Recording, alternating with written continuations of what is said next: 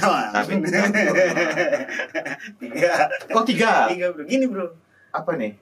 Ya. Oh.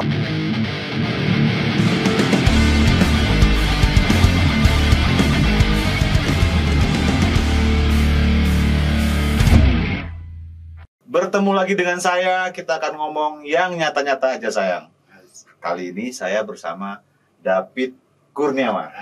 Halo bro, sehat bro? Sehat bro, yang nyata-nyata aja sayang. Iya, jadi David Kurniawan ini adalah sosok pemuda yang menurut saya agak beda dengan pemuda-pemuda lain.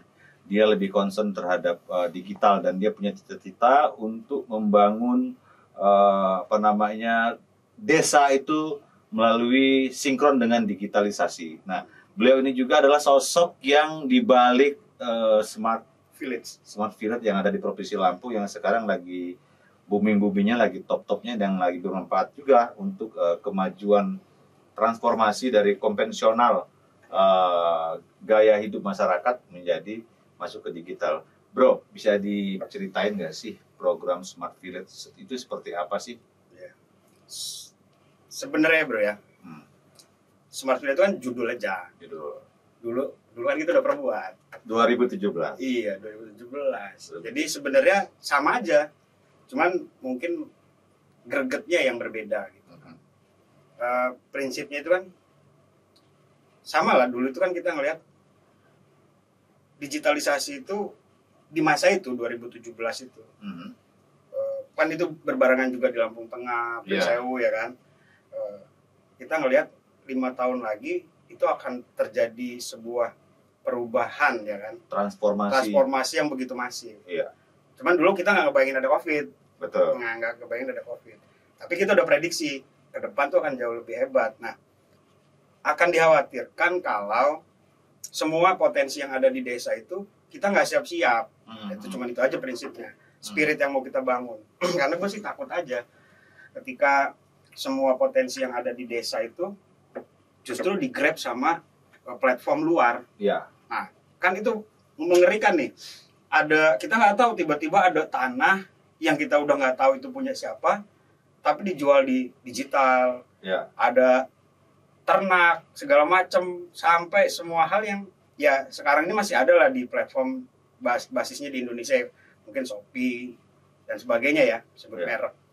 Bayangin kalau ini kena gerus, dibeli di luar, semua transaksi uangnya di platform itu dan jual beli terjadi di situ dan platform itu nggak ada di Indonesia. Akhirnya kita numpang di kampung sendiri. Nah itu yang gue takut, ditambah lagi kalau sampai masuk ke data masyarakat. Nah ini paling mengerikan. Nah gue cuman pengen menjembatani pemahaman, membentengi desa dari sisi itu sih. Lebih-lebihnya nggak ada. Dulu kan kita nggak mikirin apa-apa, cuman dulu di Waikanan tuh kita bikin TIOID itu kan. TIOID. Kita kan udah sama sih konsepnya. Nah cuman hari ini cuman memperkuat itu dalam 3 hal bro. Ya. 3 hal aja. Nah sampai sejauh ini sudah ada berapa desa ya di Provinsi Lampung yang sudah lu sentuh, yang sudah lu bangun sistem Smart Village ini? Ya. Ini yang nyata-nyata aja ya. Nyata-nyata aja. Kita ngomong yang nyata-nyata aja bro. Jadi setelah 2017 itu kan kita sempat pisah tuh ya. Nah, kita pisah ranjang. Karena waktu itu dapat kontrak lah gue sama. Bentar dulu. Pemirsa, dulu 2017 saya dengan bro saya ini, Bro David, itu kita bikin program, kita punya mimpi ya. Punya mimpi mengintegrasikan desa, ke kabupaten sampai ke kementerian. Iya, betul. Dan kita buat program pada waktu itu dan itu start dan akhirnya kita berpisah. Beliau melanjutkan di Jawa Tengah. Jawa Tengah. Iya, Jawa Tengah. Iya, lanjut bro. Nah, waktu pisah itu kita sempat nggak diskusi lagi. Itu kan gue diajak ketemu Mas Budiman tuh. Budiman Sujatmiko. Mas Budiman. Nah, waktu itu ketemu di tulisan latar belakang Waikanan kemudian Prisewu itu kan gue jadiin jurnal. Iya. Kebetulan kan waktu itu masih dosen bro. Jadi dosen, bikin jurnal. Nah jurnal itu dibaca sama OJK RI. Iya. OJK RI Lampung. Kemudian diundang lah di seminar dia di Jakarta untuk menyampaikan, karena judulnya itu cukup menantang hari itu tulisannya. revolusi pasar digital rakyat. Wih. Nah, itu yang bikin geger kan. Ya. Diundang karena judul itu juga ada Mas Budiman. Ya. Nah, ketemu, kemudian diskusi. Apa yang sudah dilakukan di Lampung? Secara implementasi belum banyak, tapi secara desain seperti ini saya sampaikan. Ternyata OJKRI waktu itu Pak Wimbo ya, tertarik. Bagaimana kalau itu diimplementasikan di Jawa Tengah? Nah, maka ngilang tuh sejak 2017 sampai 2019 membangun apa yang nggak kesampaian di Waikanan, Pringsewu, Lampung Tengah, kita bangun di Jawa Tengah. Di Jawa Tengah. Booming lah di Jawa Tengah itu. Sampai kita bikin metode skema namanya LKM untuk desa ya, inklusi keuangan pedesaan. Itu namanya LKM, LKMS, Lembaga Keuangan Mikro dan Lembaga Keuangan Mikro Syariah. Wih. Nah, itu bentuknya aplikasi. Program. Ya, di dalamnya ada aplikasi sama kayak Smart Village tadi. Ya, Smart Village.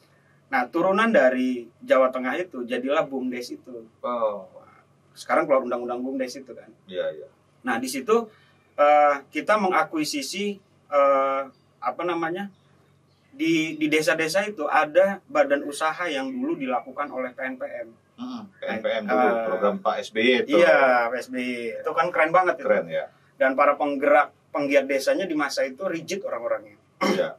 Itu gue akui ya, karena keren, memang keren. Dan itu bahkan namanya UKP kalau nggak salah.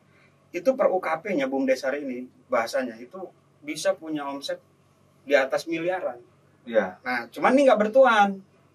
Nggak bertuannya karena terkait dengan transaksi. Nah, transaksi ini yang menurut otoritas jasa keuangan harus dilindungi. Contohnya gini, kita sering menemukan problem di masyarakat pinggiran itu adalah bank sobek itu, bro. Oh iya, rentenir. Nah, itu berbahaya. Nah, kita mau mengalihkan itu kebiasaan itu ke LKM. Nah, LKM ini di bawah naungan pemerintah desa. Sehingga nanti ada support pembiayaan dari pemerintah desa ke LKM ini. Nah, ini kita buat nih program itu karena si LKM dan LKMS ini ketika kita turunkan ke desa, maka kita akan bisa mencerap tuh berbagai aktivitas ekonomi yang ada di desa sampai contoh misalnya dalam satu desa ada pondok pesantren. Di Jawa Tengah itu kan pondok pesantren gede-gede. Wah, gede-gede, banyak lagi. Nah, untuk proses penyediaan makanan segala macam itu kalau dikelola sampai nyuci sarungnya aja luar biasa tuh, bro. Betul. Duitnya itu. Betul. Nah, dari situ terinspirasi si OJK itu kita terapin dan akhirnya berjalan sampai pembiayaan di BUMDes. Nah, BUMDes yang cukup keren dan desa yang cukup Tapi sampai dengan hari ini program ini jalan bahkan jadi program nasional. Nah, yang keren itu desanya lu keren, bro.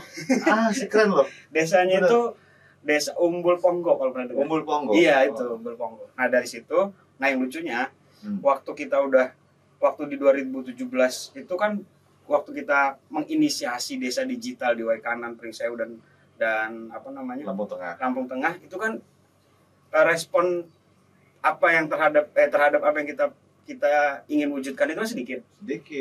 Nah, lucunya orang-orang yang merespon sedikit itu pada saat Jawa Tengah booming, ini orang pada studi banding nih. Kesana. Iya. Harusnya kebalik kan? Ya kan? Harusnya kebalik dia. Goblok ya. Waktu dia studi banding ketemu gua dan yang ketemu itu orang yang menolak hari Orang yang menolak hari itu kan. Nah, ya itulah, bro. Kadang-kadang itu. Bro. Gua kan beberapa kali ya ketemu Pak Gubernur Lampung. Dia pakai baju mulai dari desa. Dan gua inget lu pernah kasih gua baju mulai dari desa. Ini maksud baju mulai dari desa ini apa nih, pemirsa bisa dilihat mulai dari desa ini apa nih, maksudnya apa nih maknanya? Iya, esensinya gini. Kalau gue ngelihat ya, masyarakat pada umumnya di perkotaan itu masyarakatnya masyarakat jenuh. Masyarakat jenuh itu gini. Jenuh dengan rutinitas, pembangunan juga masyarakat di desa di kota itu mau bangun rumah udah nggak bisa, bro. Ya. Kalau mau ke atas, betul. Mau ngelebarin halaman nggak bisa, dan aktivitasnya itu pagi ke pasar ataupun ke kantor, pulang sore udah capek. Ya. Nah, ini masyarakat jenuh, ditambah penghasilannya segitu aja. Ya. Nah, sementara ruang yang sangat ini jumlahnya hanya 29%. Yang di kota. Di kota. Ya. Nah yang 71% ini nggak ada yang mikirin nih di desa itu. Mau potensinya baik wisata, sumber daya alam, ya sampai dengan orang. Di kota ini, kalau di Bandar Lampung kita lihat hari Jumat, Sabtu, Minggu, ini pelatnya pelat pinggiran semua. Ya. Nah, berarti kan isinya orang sini. Nah, ini berarti pasar yang sangat luas, 71% ini. Nah, gue lihat nggak ada orang yang secara sungguh-sungguh serius, ya kan, yang memikirkan itu dan membuat program yang meresap ke dalam desa itu secara sungguh-sungguh. Ya. Nah, ini gue lihat, wah ini harus kita buat sebuah gerakan kepedulian sosial yang memang harus kita mulai dari desa. Semangat mulai dari itu udah semangat. Semangatnya. Ya. Terus gue pernah beberapa kali ngeliat podcast lu, apa namanya, pernyataan-pernyataan lu di media sosial. Lu ini cukup viral, bro. Ya. Lu kan nyalon DPD juga ya? Ah, itu ada cerita itu, Pak. Enggak, gue kata lu nyalon juga kan DPD kan? Dicalonin, Pak. Ini makanya gue harus pertegas. Intinya lu bakal menjadi salah satu kompetitor di pemilu nanti. Ya. Calon anggota DPD. Iya. Dan lu kalau harusnya lu menang, bro. Karena lu punya program yang keren. Iya. Menurut gue. Nah, mulai dari desa ini gue pernah dengar lu bilang bahwa semua yang termasuk kita duduk di sini, kopi yang kita seruput malam ini dari desa. Iya. Dari desa. Nah, yang paling lu mimpi lu terhadap desa-desa yang ada di Provinsi Lampung itu apa sih? Jadi gini. Setelah tadi ya 71% ya. Ya, 71%. 71% itu orang dan sebagainya ada di desa. Nah, ini nih masyarakat 71% ini gak punya akses, bro. Baik akses informasi, akses permodalan, akses pasar, akses hiburan, akses kesehatan, akses pendidikan, macam-macam nih. Nah, bagaimana menjembatani ini, si 71% ini? Kalau kita langsung mau lari kepada infrastruktur, penting. Tapi menurut gua yang lebih penting lagi adalah kecepatan informasi itu. Membangun informasinya. Informasi. Sehingga ini bergairah nih. Ya. Karena denger dia terprovokasi dengan sebuah kemajuan kan. Kok tempat gua enggak ya? Kok tempat gua enggak ya? Betul, kok di situ desanya bagus? Kok di situ ada wisata? Kok ini? Nah, ini kan terprovokasi akhirnya berkompetisi secara sehat. Ya. Nah, dari situ gua riset. Skema budaya kultur masyarakat di Jawa dengan di Lampung itu beda. Ya. Sehingga apa yang kita buat di 2017 itu di Waikanan itu, kenapa tidak bisa masif? Ternyata ada kesalahan. Nah, gua perbaikilah di Jawa Tengah. Tapi di Jawa Tengah juga nggak sempurna. Ya. Nah, di 2019 ada satu kesempatan waktu itu di acara buka puasa di Pelindo. Iya. Wah, diundang nih, diajak nih bareng sama Mas Heri Wardoyo. Iya. Ketemulah sama si Mas Sudrajat, CM-nya. Ketemulah sama Pak Sekda yang sekarang. Oh ya. Nah, Pak Parijal. Tapi mungkin dia lupa waktu itu ya, karena mau menjelang buka puasa itu. Nah, hari itu gue diundang dan ditanya, apa yang David lakukan di Jawa Tengah tentang desa? Bisa nggak di Lampung dibuat? Sangat bisa. Tapi jangan project, gue bilang. Kalau project berhenti. Dia harus sifatnya adalah gerakan. Ya. Sifatnya harus komunitas. Gimana caranya? Ya nanti aja kalau udah jadi dilantik, saya bilang.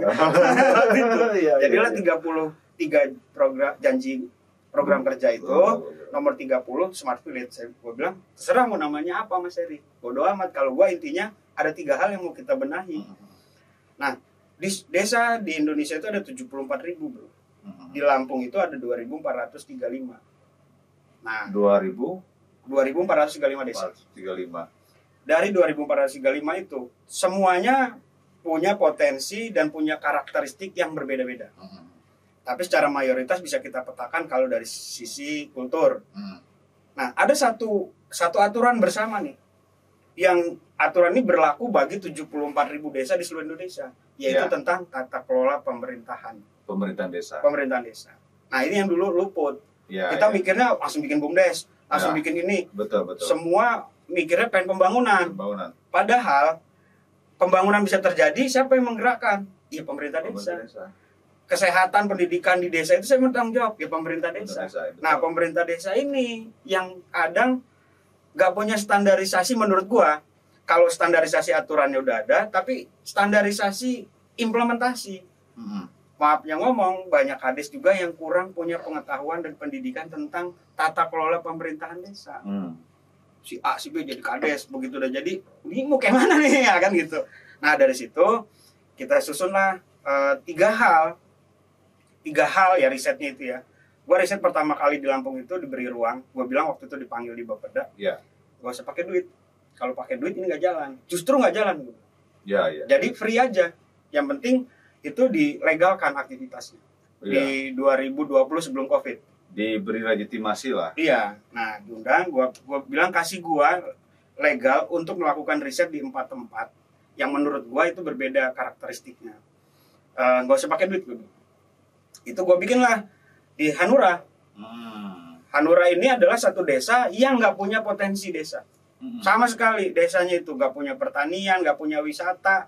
Wisatanya itu yang ada, yang kita dengar Tegal Mas, Mutun dan sebagainya, itu kan bukan punya Hanura. Ya. Hanura itu hanya kebagian lewatnya aja. Maka konsepnya di situ yang pertama kali gue bangun adalah tentang digitalisasi pemerintahannya. Dan sekarang Hanura itu jadi rujukan desa se-Indonesia tentang desa anti korupsi, bro. Keren, bro. Gitu. Jadi karena kita bikin standar ya kan. Jadi teman-teman, Bro David ini dulunya dosen. Masih dosen nggak sih lo? Ya kadang-kadang bro. Iya masih dosen. Jadi keren loh. Jadi punya kadang-kadang ngobrol dengan beliau ini kita jadi ikut pintar juga. Tahu soal digital. Saya banyak belajar dari beliau. Bagaimana kita broadcasting, kemudian beliau juga ahli IT juga ya bro. Ya. Itu dan nge-hack mindahin rekening dia ke gua. Enggak, ini yang ini bohong. Ini bukan yang nyata-nyata ya. Yang nyata-nyata ya. aja. Bro, lo berani nyalon DPD? Ya. Lo dicalonin DPD? Berani lah. Pas lo ditahan. Ada jadi gini. Setelah gua melakukan aktivitas di desa dan ketika kita membangun saat itu COVID, tapi tetap gue lakukan bro di tengah COVID itu. Yeah. Dari 4 desa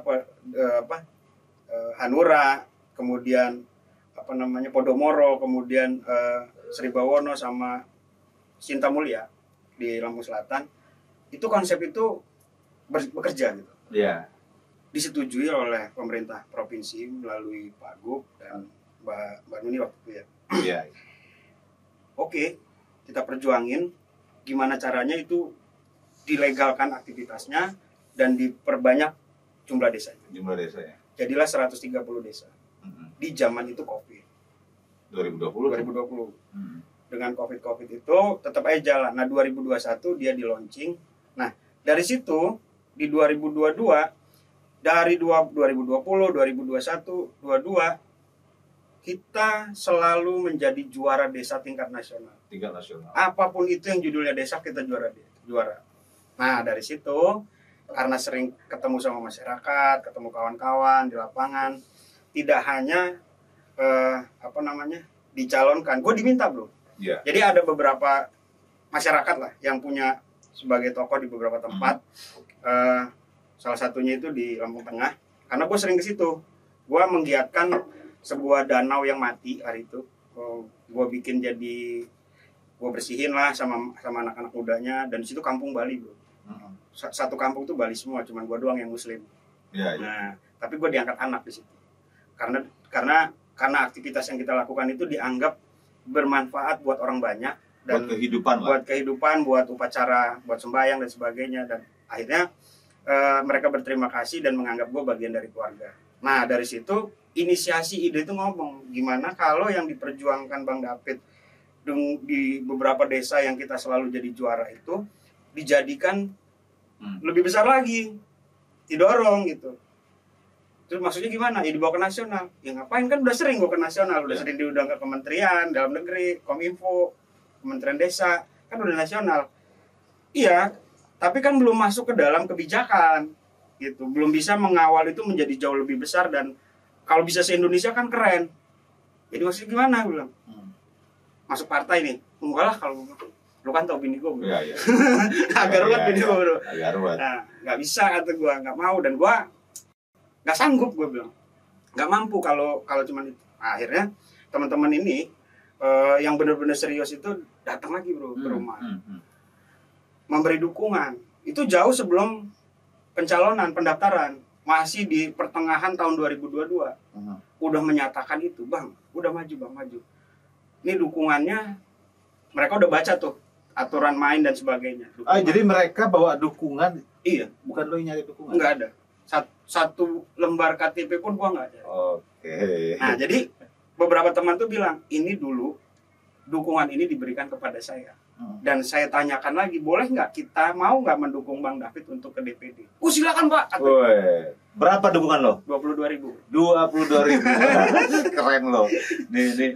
Jadi kalau ya barangkali kalau gua ditanya, gua akan sama berpikir seperti yang masyarakat yang menyampaikan ke lo. Iya.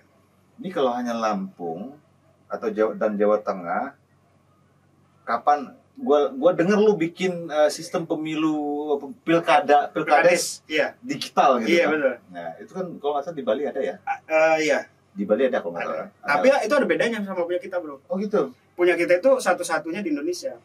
Nah, dampak dari riset Smart Village itu. Tapi ini nyata. 19 pekon, 19 desa serentak melakukan e-voting secara digital dengan jumlah pemilih mata pilih 45.000. Pakai registrasinya? Pakai KTP langsung. Nah, KTP. ini ceritanya gini. Di Smart Village itu tadi kan ada 3 hal yang gue benahi, Bro. Yang pertama adalah optimalisasi layanan administrasi pemerintahan dan publik. Karena gue pengen bukan pemerintah desanya yang gue benahi sebenarnya. Gue pengen masyarakat kita itu mendapat pelayanan terbaik. Nah, bagaimana pemerintah desa bisa memberikan pelayanan terbaik kalau dianya carut marut secara administrasi? Karena itu kunci, administrasi kunci. Administrasi itu bicara masalah data, masalah keuangan. Ya kayak kita nih, kalau kita nggak tertib administrasi sama bini kita aja, hancur. Apalagi lembaga kan. Nah, maka itu kita benar. Nah, ngomong-ngomong, lo kalau duit bini yang ngatur. Iya, Bro. Nanti kita curhat ya. Aduh, iya Bro, kali itu Bro. Jadi kalau gua sih nggak menyangsikan lagi, Bro. Banyak hal-hal yang unik, kadang-kadang yang gua sendiri baru berpikir lu udah jalan. Jadi hal-hal yang inovatif ini, dan kita kan berada pada posisi ya itu tadi yang kita cerita sebelum acara ini tadi, bahwa di dunia ini, gua 4 tahun yang lalu udah berpikir bahwa di dunia ini bukan hanya dunia nyata, tapi bakal ada juga dunia mayanya. Nah, dunia maya ini kan yang paling riskan nih kita. Kita berbuat baik aja bisa dihujat, kita melakukan hal yang positif aja dibilang negatif. Dan lu berani ambil tantangan itu, menciptakan desa digital dimulai dari desa. Lu kalau jadi anggota DPD, ini yang nyata-nyata aja nih, kita ngomong yang nyata-nyata aja, Bro ya. Dulu kan gua kampanye, kalau saya jadi anggota DPR, saya akan bantu warga yang sakit. Dan sampai hari ini gua lakukan itu. Nah, kalau lu jadi anggota DPD, apa yang harus lu lakukan? Jadi gini, Bro. kesulitan daerah kita, gua kecilin ya, jadi desa aja lah. Karena itu cerminan pemerintah. Kesulitan di desa sampai ke provinsi itu adalah pertanyaan gini. Kalau ada bisa jawab, gua kasih semua yang gua punya ke orang itu. Berapa jumlah anak yatim piatu perempuan 8 tahun putus sekolah di desa A? Gak bisa jawab. Gak bisa data. Oke, gua punya. Itu jangan dibuka-buka, Bro. Sehingga tujuannya itu apa? Sehingga Pak Denny ketika mau bantu jelas manusianya. Nah, yang kedua, di desa itu banyak sekali lansia yang udah nggak ada yang ngurusin, Bro. Atau ada berapa janda-janda muda usia 22 tahun, 30 di bawah 30 tahun yang hari ini jadi janda. Iya, benar. Itu benar itu, Bro. Nih gue bukain data. Data janda ini. Data janda. Ini apa nih? Ya ini data desa yang kita cerita hari ini. Nah, jadi kok jadi data janda sih, Bro? Ya memang kan tadi kalau dilihat bini kita kasus lagi gitu. Podcast nggak mau apa, biar masyarakat tahu bahwasanya tingkat janda yang tinggi itu adalah menunjukkan tingkat ekonomi di daerah itu. Tingkat ekonomi yang di daerah itu. Nih, data janda. Ini beneran loh. Ini beneran nih. Yang nyata-nyata aja. Yang nyata-nyata aja nih. Ya. Data janda. Bener. Data janda. Keren, Bro. Gila lu. Iya kan? Tujuannya untuk apa? Ini ada Ya macam-macam. Jadi ketika kita tahu status perkawinan di sebuah kampung, tingkat perceraian tinggi itu menunjukkan ekonomi di daerah itu. Dan misalnya gini, ada lansia di sebuah desa 70 yang usianya 70 ke atas. bro, ntar dulu. Ini kayaknya mimpi kita dua kanan ya bro. Ya. Data Jadi vaksinasi, iya. data kehamilan, data Iya. DBD. sampai satu kampung itu alat kontrasepsinya apa aja gue tahu bro. Wow. Bro, bisa jadi anggota Ini yang PIN lo, bro. nyata-nyata aja ini ya. Yang nyata-nyata aja nih. Nah, sampai peta rumahnya juga ada bro. Ini si A, NIK 1, David Kurniawan, ini foto rumahnya. Ini foto anaknya, istrinya. Ini keren banget. Tujuannya, waktu kita mau kasih bantuan, PKH, atau bantuan yang lain, itu nggak salah sasaran. Nah, tadi balik lagi ya. Misalnya lanjut usia yang 70 tahun. Itu di sebuah kampung misalnya ada 5 orang, 10 orang. Pertanyaannya gini, siapa yang mikirin dia ada makan? Karena bisa jadi anaknya udah Dari pindah. mana? Dia sendirian, udah nggak bisa ke sawah, nggak bisa ke kebun. Seharusnya itu menjadi tanggung jawab pemerintah desa. Ambillah sebagian dana desa itu buat peningkatan kehidupan masyarakat itu. Minimal Iya. bayarinlah BPJS-nya. Bansos lah, bantuan Iya, sosial. bantuan sosial. Minimal pikirinlah kesehatannya. Jangan-jangan nggak makan deh. Bro, ini ada akurasi data. Ini betul-betul real kalau menurut gua. Iya. Misal, yang sering jadi polemik kan bantuan sosial. Ya, BPNT dari ya, BLT dari anggaran desa. ya. Kadang tanda kutip orang suka bilang lapor ke saya bahwa itu yang dapat itu mana yang keluarga-keluarga kepala desa, kepala pekon, kepala Iya. kampung. Yang gitu. itu aja. Yang itu aja. Tapi kalau udah menggunakan sistem ini, aplikasi ini udah nggak bisa bohong lagi. Nggak bisa. Dan Ini yang namanya nyata-nyata aja, bro. iya, nggak bisa berulang-ulang. Ada juga orang desa udah dapat bantuan bilang belum. Iya. Nah, kalau di sini nggak bisa. Ada selisih nggak antar BPS, Ada. KPU, Iya, ada. Maka terus apa itu lagi di Siduk Capil? ada. Dan Jadi gue gini. percaya ini. Dan gue percaya ini. Iya, jadi gini kan, yang tahu orang meninggal di desa itu bukan capil, Orang desa. orang desa, masjid bro. Innalillahi wa inna ilaihi Jujur. raji'un. Nah, Oh, Pak Kadesnya, Pak Cariknya dengar, dia update nih data status si A meninggal. Nah, begitu. keluarlah surat ininya. Surat Surat kematiannya. kematian. Nah, tapi yang punya legalitas menyatakan dia meninggal secara kenegaraan, administrasi Iya. negara, capil. Capil. Maka ini kita integrasikan ke Capil. capil. Si A meninggal, terbitlah akte kematiannya. Kematian. Tugas desa ini yang sekarang lebih gila lagi, kita petain, fotoin kuburannya, udah mati beneran. Desa. Apa si orang itu? Oh. Jadi selain ada akte, ada foto kuburannya, nisannya itu. Tujuannya untuk Keren apa? loh. Tujuannya Keren loh. adalah keributan masalah waris di masa yang akan datang. Kadang Ya. ada orang belum meninggal bilang udah Udah meninggal. meninggal. Nah, itu betul. Ini kalau bisa masuk bank juga, bro. Bisa. Udah. Jadi kalau si Pak Paijo Iya. punya sawah, Punya sawah? kelangkaan pupuk, Iya gitu. kurang modal, Nah, gini. dia punya data itu. Iya, misalnya gini, kan dari 5.000 orang di desa itu kan kita bisa clustering datanya berdasarkan pekerjaan. Ya. Sehingga nanti ketemu tuh yang pedagang berapa, PNS berapa. Kopi lu Terus- nggak pernah diminum beku. Oh iya siap. Dikocok dulu beku itu. Enak bro. Enggak, enak ya. Kopi Nah, desa, bro. Nggak punya desa. Jadi pedagang misalnya, pedagangnya kita rigid, kita turunin lagi. Lu dagang apa? Keripik. Tipik. Keripiknya ada nggak? Berapa biji? Oh banyak. Oh bagus sih, kita fotoin. Kita bantu jual di sini bro. Lapak Oh, desa bisa. namanya. Ada lapak tiuh. Lapak tiu. Nih lapak tiuh. Lu masih pakai nama tiu lu ya. Iya, nih jadi produk-produk masyarakat kita bantu jual di sini berdasarkan pendataan tadi siapa yang Keripik pisang 10.000. nah, itu kalau langsung di Japri langsung WA orangnya. rengginang.